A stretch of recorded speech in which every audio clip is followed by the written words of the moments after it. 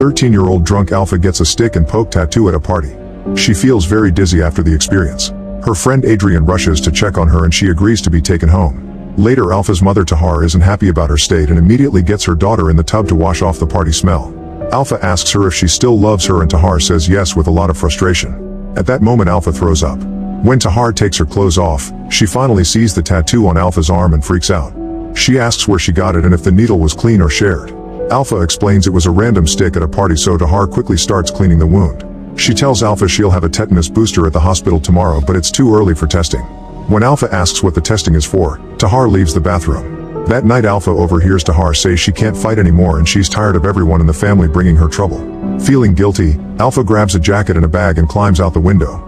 The wind is very strong, so the scaffold outside her building keeps shaking. Alpha struggles to hold on and falls to her knees when she tries to reach the stairs. Fear takes over and she starts screaming for her mother. Tahar soon enters the room and rushes to the window to offer her hand while asking her daughter to keep her eyes on her. Alpha moves very slowly and Tahar quickly pulls her back, so they both fall safely onto Alpha's bed.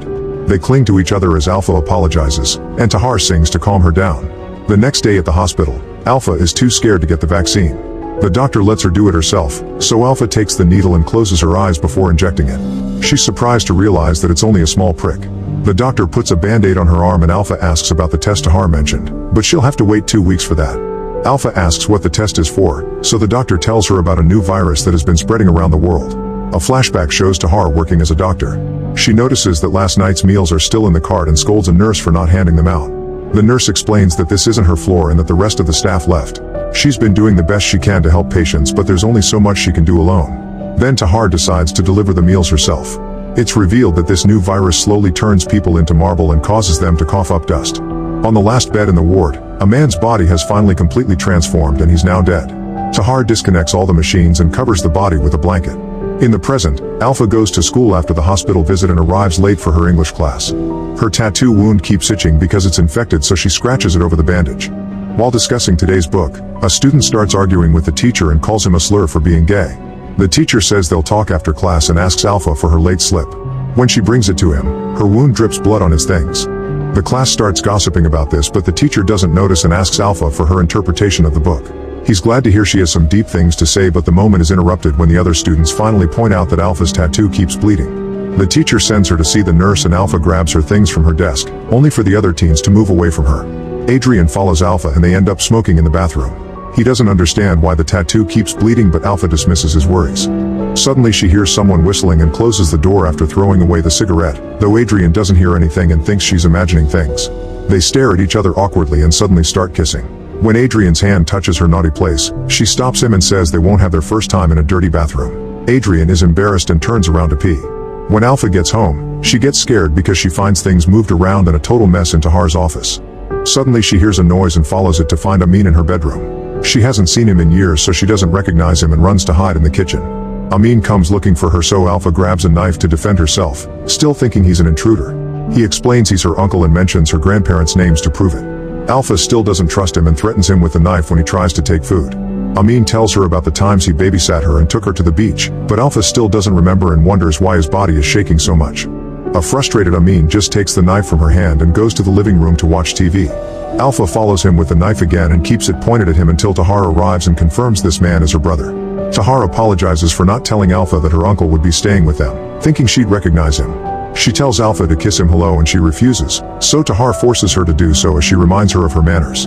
Then Alpha complains about Amin sleeping in her bedroom, but Tahar refuses to let him sleep on the couch. She says Alpha can sleep with her, causing her to run out of the room. The siblings laugh at her rebellious attitude. Another flashback shows Tahar coming home from work and finding Amin unconscious on the stairs. She drags him to the apartment and starts doing chest compressions while her mother pours water all over his body. Her mom thinks the red wind is blocking his breathing and pours water on his face, so Tahar pushes her away and calls her out for believing in old tales since the water could drown him. Alpha's cousin soon enters the room to take the old lady away and explains that he got rid of all of Amin's needles earlier, so he must have taken someone else's. After several minutes of chest compressions, Amin finally wakes up. In the present, Alpha is at the hospital waiting to get tested. She's surprised to see her English teacher arrive with his boyfriend, whose body is already half marble. Alpha won't stop staring at him, so the men move to another seat. Since Alpha is still staring, the sick guy asks what her problem is. Alpha says he looks beautiful, making him laugh. The next day at school, Adrian's girlfriend throws the ball too hard at Alpha just to harass her. When Alpha throws the ball back and the girl catches it, the ball leaves a bloodstain on her arm. Alpha realizes she's bleeding again and tries to hide it, but the teacher tells her to take a break and grabs the ball with a towel before throwing it in the trash. Then Alpha asks Adrian if his girlfriend knows about their affair, but he says no. He asks Alpha some questions about her wound, worried that if she's sick, she may have passed it to him. Adrian won't stop bothering her, so Alpha snaps and leaves the class. Later the family is in the car and Amin tries to connect with Alpha, but she finds him annoying. When they arrive at Tahar's mother's building, they find two addicts on the stairs. Tahar tells them to stay away from her brother and the trio keeps moving while ignoring the needles on the floor. The whole family is at the apartment getting ready for lunch. Alpha's grandmother is an indigenous woman and talks in her native language, so Alpha doesn't understand her. The meal is very lively and at one point Tahar starts singing with her sisters, but Alpha finds them all cringeworthy. When everyone is distracted, Amin sneaks into the bedroom, but Tahar notices and goes after him. Alpha worries and decides to follow them as well, only to find Amin on the floor because he consumed again and Tahar giving him an injection to keep him alive. When she sees her daughter, she quickly closes the door. Soon the grandmother comes looking for them, so Alpha tells her they're asleep and mustn't be awakened. The old lady makes a gesture on Alpha's face to bless her before hugging her. Another flashback shows a crowd protesting outside the hospital and the guard having trouble keeping them under control. When Tahar comes to see what's going on, the guard explains that the director said they're full so they can't accept any more patients. The crowd grabs Tahar and forces her to look at the people turning into marble. Tahar agrees to compromise by letting the sick people in, but their loved ones must wait outside. In the present, Alpha is in the locker room getting ready for her swimming class, but her classmates have blocked the door and won't let her out. They call her sick and say that she's contagious, but Alpha denies it and licks their faces so she can finally push through.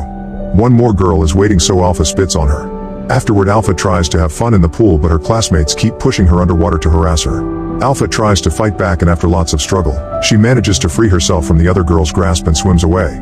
Since she keeps looking back to keep an eye out for her harassers, she doesn't see the wall and hits her head on it, causing her to bleed again. The water around her turns red and all the other kids scream as they hurry to get out of the pool. That night Alpha can't sleep because Amin keeps shaking and groaning in pain. She covers him with a blanket and rubs his body to try to help him, but it doesn't work. Alpha says she'll get Tahar, but Amin doesn't let her leave and leans against her, silently asking for a hug. When Alpha comforts him, he starts to cry and soon she's crying too. Then Alpha goes to Tahar's office and cries herself to sleep there. Sometime later Tahar is called to the school to discuss Alpha's situation. Before going to the principal's office, she reminds her daughter not to tell anyone about Amin. Tahar tells the principal that bleeding is normal after tests, but he explains that students are afraid of getting infected and parents have been bothering him about it. He wants to see the test results when they're ready and Tahar gets offended, saying everything's fine. She ignores Alpha when she says that they'll kill her if she stays. When it's time for English class, nobody is happy to see their teacher, but Alpha notices he's been crying. He tries to start the class normally, but he ends up having a breakdown, implying his boyfriend is dead. At the hospital, Tahar sees that Alpha's tests are negative. However, she's worried that they may have tested her too soon and wants to do it again, ignoring the other doctor when she says she's overreacting. Alpha comes to the hospital after class and Tahar decides to examine her herself. Alpha starts coughing and feels like she can't breathe as terror takes over her mind, meaning she's having a panic attack. Tahar makes her lie down and tries to keep her calm, only to be startled by something on Alpha's lips. Thankfully it's only drool, not dust. Then Tahar announces that Alpha will stay in the hospital the whole day for observation. In the evening, Tahar spends her hours studying the new disease. She almost falls asleep, but she keeps herself awake by poking a knife. Her finger ends up with a small wound, which snaps her out of her doze. Then she checks on her family and discovers neither of them can sleep. They're so similar that they move the same way in their beds. Tahar sits next to her daughter and pricks her finger with a needle. Next she makes their wounds touch, saying that if something happens to Alpha, it must happen to her too. She keeps their fingers pressed and kisses them. In another flashback, Tahar walks through a corridor full of bodies. When she reaches her patients, she stares at all the beds, losing all hope. In the present, Amin tries to exercise but collapses after just a few minutes. When he gets too loud, Alpha reminds him to stay quiet because Tahar is seeing patients in her office. Amin asks why she isn't at school and Alpha claims to be sick before asking him why he's still living with them. She says being a junkie is a choice, not an illness, and thinks he's too scared to self-delete. Amin swears he'd love not being in this room with her right now. A flashback reveals that Amin used to have the mysterious illness. Tahar takes samples of his blood and the rocky formations on his back while he asks to see little Alpha, but Tahar refuses. Suddenly his hard skin starts bleeding, but the blood is red dust. When Tahar tries to take a new sample, the rocky skin crumbles and Amin yells in pain. A horrified Tahar quickly bandages his back to try to keep it in one place, but Amin says it's too late. Back to the present, Tahar checks on Alpha and makes her drink lots of water, to the point that Alpha almost chokes. Amin then starts talking in his mother's language, calling out Tahar for doing the water thing like their mom used to do for the red wind. He doesn't think an atheist doctor following superstitions is a good thing. The siblings begin to argue while Alpha can't understand anything. Amin snaps, saying this only reminds him of the time his own family tried to drown him. Alpha manages to understand the words red demon from Amin, and Tahar threatens to kick him out if he keeps talking about it. A very angry Amin tries to leave on his own accord, but Tahar stops him, wondering why he suddenly cares about his future. Alpha asks her mother why Amin isn't allowed to leave, and Tahar screams at her, saying she's tired of Alpha always getting in trouble too. Alpha angrily tells her to leave her room, so Tahar steps out and locks the door. That night Alpha is awakened by her window breaking as her ceiling starts to come down. Posters and furniture get crushed before the ceiling gets close enough for her to touch. She screams as she tries to push it back to no avail. Then she starts having trouble breathing and her whole body shakes, revealing this is a nightmare she's having during a panic attack. Amin appears next to her to comfort her and gently helps her calm down. Then he opens the window and convinces Alpha to leave with him. Moments later the duo is running through a soccer field, fooling around with the local team. Next they go to a club where Amin lets Alpha smoke and drink. A marbled lady is dancing on top of the bar and Alpha stares at her for a second before joining her uncle on the dance floor. Suddenly Amin's arm becomes stiff in the air and he has to push it down by force. Then his other arm does the same and he has to repeat the process. His body starts squirming and Alpha worries, only to lose sight of him when other dancers get in the way. Alpha immediately goes looking for him and finds him consuming illegal substances in the corridor. A horrified Alpha decides to wait outside until Amin comes out as well. He starts walking very quickly and Alpha tries to understand what's happening to him, but he pushes her and reminds her he isn't her father. Then Amin leaves alone and Alpha doesn't know what to do. Minutes later, Alpha shows up at Adrian's home. After he confirms that his test results were negative too, they start to get naughty. However, in the middle of it, Alpha begins having a panic attack and clings to him. When she looks at his shoulder, she's shocked to see a tattoo that matches hers. She freaks out and demands an explanation, so he says that he got it right after she got hers. He didn't say anything because he was afraid he could be sick from sharing the needle and didn't want his classmates to harass him too. Adrian apologizes for not being more supportive, but Alpha leaves anyway. In a flashback, Tahar is in the middle of her night shift and calls home, but nobody picks up. Then she calls her mother and asks if she's heard from Amin, who was supposed to babysit Alpha. Her mother doesn't approve of Amin being around the child, but Tahar swears he's better now. In the present, Alpha takes the bus and finds Amin. She admits she's scared of being sick and he assures her she isn't, otherwise she would be Rocky by now. Then Amin asks Alpha not to wake him up if he falls asleep. They get off the bus and Amin tells Alpha to wait while he buys something to deal with the effects of what he consumed. Alpha stares at the sea until she hears a noise. She turns around and finds Amin injecting his arm. She panics and runs to the nearest hotel to ask an adult for help. In the flashback, Tahar drives very fast until she makes it to a hotel, where she finds little Alpha sleeping and Amin consuming. She yells at him and slaps him, causing her daughter to cry. She takes her to the bathroom and comforts her before asking her to wait there. Tahar then talks to Amin, unaware that Alpha is spying on them. They start arguing and Amin admits he doesn't want to end up in the hospital like the other people who have the marble disease. He wants to live with Tahar, but she says no because she doesn't want him around Alpha, not to mention she wouldn't be able to invite friends over. Then Amin tries to inject himself with a shaking hand and Tahar helps him to avoid injuries, which causes her to have a breakdown. In the present, Alpha wakes up in the hotel and finds Amin and Tahar in the other bed. She finally remembers the day she wrote on his arm and Amin opens his hand, but there's nothing in it. Alpha holds it as he passes out.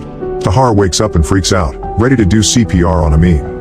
Alpha tries to stop her and says he asked not to be revived, but Tahar pushes her off and gives Amin an injection. The images of the present mix with what happened in the hotel last time. Alpha apologizes to her uncle for letting her mother wake him up. Another flashback shows Amin completely covered in marble in the hospital. Tahar takes care of him, but he's in too much pain and wishes she'd let himself delete. He asks her not wake him up and breathes one last time before finally dying. Tahar respects his wish and lies down with him as she cries. In the present, Tahar and Alpha are alone in the hotel. It turns out Amin died when Alpha was 5 and she started to hallucinate him after getting the tattoo because he's the manifestation of her fear of ending up like him. Tahar has been playing along and tells Alpha they can bring Amin home, but Alpha says no, finally ready to move on. Relief causes Tahar to cry and Alpha hugs her, saying it's finally over before singing for her. Later in the car, the duo watches the strong wind blow the red dust from the road all over the place. When they finally get home, Amin gets out of the car too and Alpha watches him disintegrate in Tahar's arms, causing her to collapse in grief.